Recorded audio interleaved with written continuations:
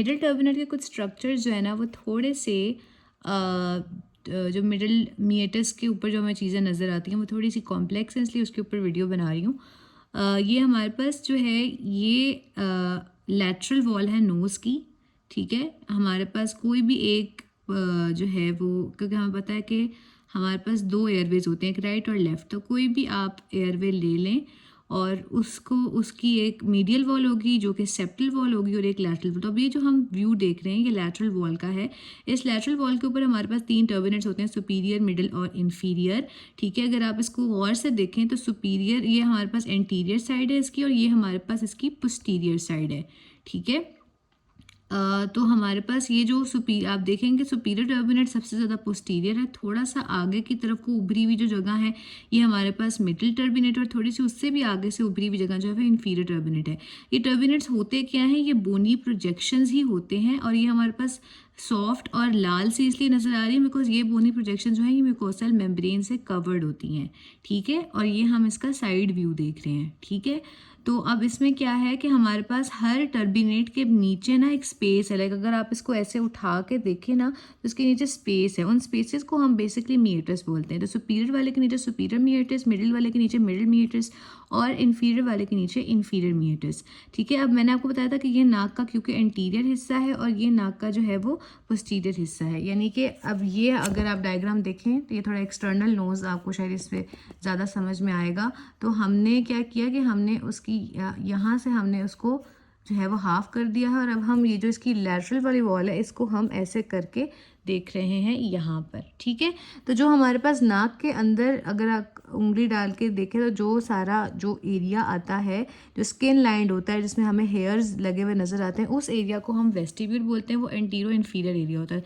तो ये इतना सा एरिया जो है ये एंटीरो इन्फीरियर जिस जहाँ तक आपकी उंगली का एक्सेस होता है वो उसको हम वेस्टिब्यूल कहते हैं, और वहाँ पे उंगली का एक्सेस जहाँ ख़त्म होता है ना वहाँ पे एक हमें मार्जिन सा मिलता है, उस मार्जिन को हम लाइमन वेस्टिब्यूल कहते हैं। उससे आगे जो है वो नेज़ल इंस्ट्रूमेंट्स पास कर सकते हैं, और उस वाले वो म्यूकोसा लाइन जो सारा एरिया होता है उसको हम नेज़ल कैविटी प्रॉपर बोलते हैं, जहाँ पर हमें लैटरल वॉल में ये टर्बिनेट्स मिलेंगे। वो नेज़ल कैविटी प्रॉपर है तो ऑब्वियसली उसकी एक रूफ होगी, मीडियल वॉल होगी, एंटीरियर पोस्टीरियर वॉल होगी, मगर अभी जो हमारा कंसर्न है जो कि जहाँ पर टर्बिनेट्स लोकेटेड हैं वो ये वाली वॉल है, ठीक है। और उसमें से भी जो मेरा आज का टॉपिक का कंसर्न है वो मिडिल मीएटस के पीछे वाले जितने भी एरियाज होते हैं वो मेरा कंसर्न है, ठीक है। तो अब अगर आप गौर से देखें तो ये हमारे पास एक डायग्राम शो की हुई है, ठीक है। इस डायग्राम में आप देखें कि ये अब ये एंटीरियर साइड है और नोज़ की, और ये पोस्टीरियर साइड है, ठीक है। इसमें आपको नज़र आ रहा है कि ये हमारे पास फ्रंटल बोन दिखाई हुई है, ये हमारे पास नेज़ल बोन दिखाई हुई है।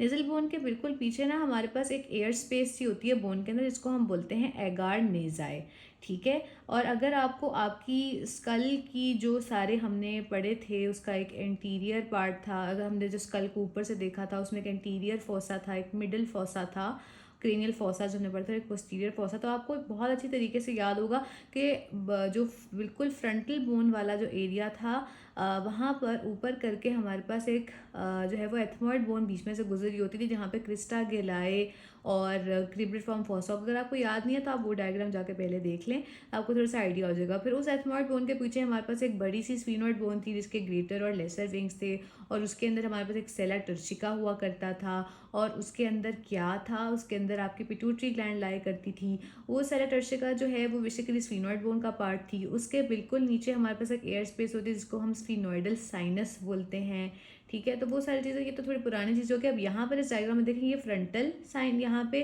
फ्रंटल बोन है, फ्रंटल बोन के बिल्कुल पीछे जो खाली जगह है बोन के अंदर उसको हम फ्रंटल साइनस बोल रहे हैं। जो नेजल बोन है उसके पीछे जो एक खाली जगह है उसको हम एगार नेज़ाई बोल रहे हैं। उसके बाद हमारे पास ये एक प्रोसेस, बोनी प्रोसेस नीचे की तरफ को जा रहा है, और इस बोनी प्रोसेस को हम लोग बोलते हैं उनसीनेट प्रोसेस, ठीक है।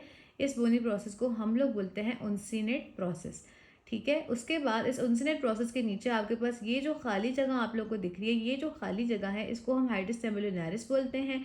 इसके नीचे हमारे पास एथमॉइड बोन की एक और, अब ये हम बेसिकली क्या देख रहे हैं कि हमने मिडिल टर्बिनेट को उठा दिया है, उसके नीचे यानी कि मीएटस मिडिल टर्बिनेट को भी उठा दिया है और सुपीरियर टर्बिनेट को भी उठा दिया, और उसके नीचे हमें ये सब चीज़ें दिखने को मिल रही हैं, ठीक है। उसके बाद ये हाइटस सेमिलुनारिस तक मैं आपको बता चुकी थी। उसके बाद ये जो आपके पास ये एक सर्कल सा नज़र आ रहा है, ये वाला सारा, ये आपके पास है बुल्ला एथमोइडालिस।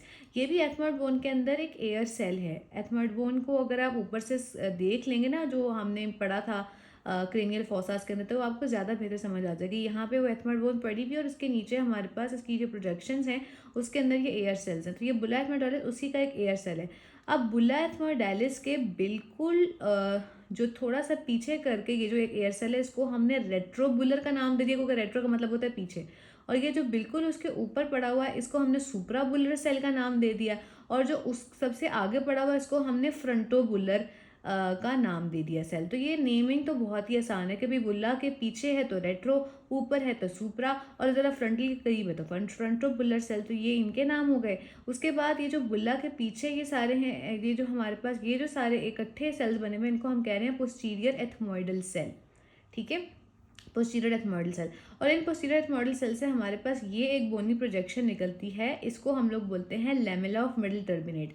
लेमेला ऑफ मिडिल टर्बिनेट हम इसको इसलिए बोलते हैं कि मिडिल टर्बिनेट जो है वो बेसिकली एथमोइड बोन का पार्ट ही है।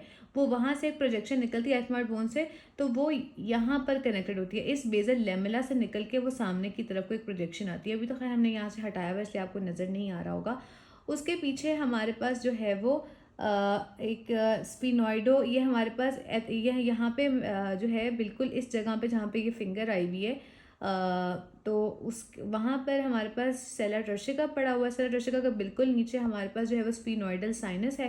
स्फिनोइडल साइनस के आगे हमारे पास ये जो जगह बनी हुई है ना, ये वाली, इसको हम लोग बोलते हैं स्फिनो एथमोइडल रीसस, क्योंकि ये स्फिनोइड और एथमोइड बोन के दरमियान का एक रीसस है। ठीक है, यही चीज़ मैं आपको डायग्राम पर दिखा देती हूँ, मैंने खुद एक बनाई है। तो ये फ्रंटल बोन है, ये नीचे सोच लें कि ये दांत लगे हुए हैं, ये मैक्सिला को हमने कर दिया। ठीक है, उसके बाद ये फ्रंटल बोन है, नेज़ल बोन है। इसके बिल्कुल पीछे हमारे पास क्या एगार नेज़ा है, इस जगह पे फ्रंटल साइनस है। एगार नेज़ा के साथ हमारे पास ये प्रोजेक्शन निकल रही है उनसिनेट प्रोसेस की। उसके पीछे हमारे पास एक स्पेस है हाइटस सेमिलुनारिस। उसके पीछे हमारे पास बुल्ला एथमोइडालिस है, जिसके बिल्कुल पीछे जो है वो रेट्रोबुलर रीसस है। और ये सारे एथमोइड बोन के अंदर ही रिसेसेस बने हुए हैं। और उसके सुपीरियरली हमारे पास सुपीरियर बुलर रिसेस है, ऊपर फ्रंटल बुलर रिसेस है। उसके पीछे हमारे पास ये पोस्टीरियर एथमोइडल सेल्स हैं। ठीक है, जिसमें से हमारे पास एक प्रोजेक्शन निकलती है एस शेप्ड थी, जिसको हम लोग बोलते हैं basal lamella for middle turbinate, जो कि मिडिल टर्बिनेट से अटैच होगा। मिडिल टर्बिनेट यहाँ पर आ जाएगा। ये हमारे पास वही सेला टर्शिका बनी हुई है। उसके ऊपर हमारे पास पिट्यूटरी ग्लैंड मैंने ऐसे करके दिखा दिया। ये स्फिनोइड साइनस है, ये जो है ये स्फिनो एथमोइडल रीसस है, क्योंकि ये स्फिनोइड साइनस और एथमोइडल साइनस के दरमियान में पड़ा हुआ है। ठीक है, तो this is a very good explanation that I could give. Thank you.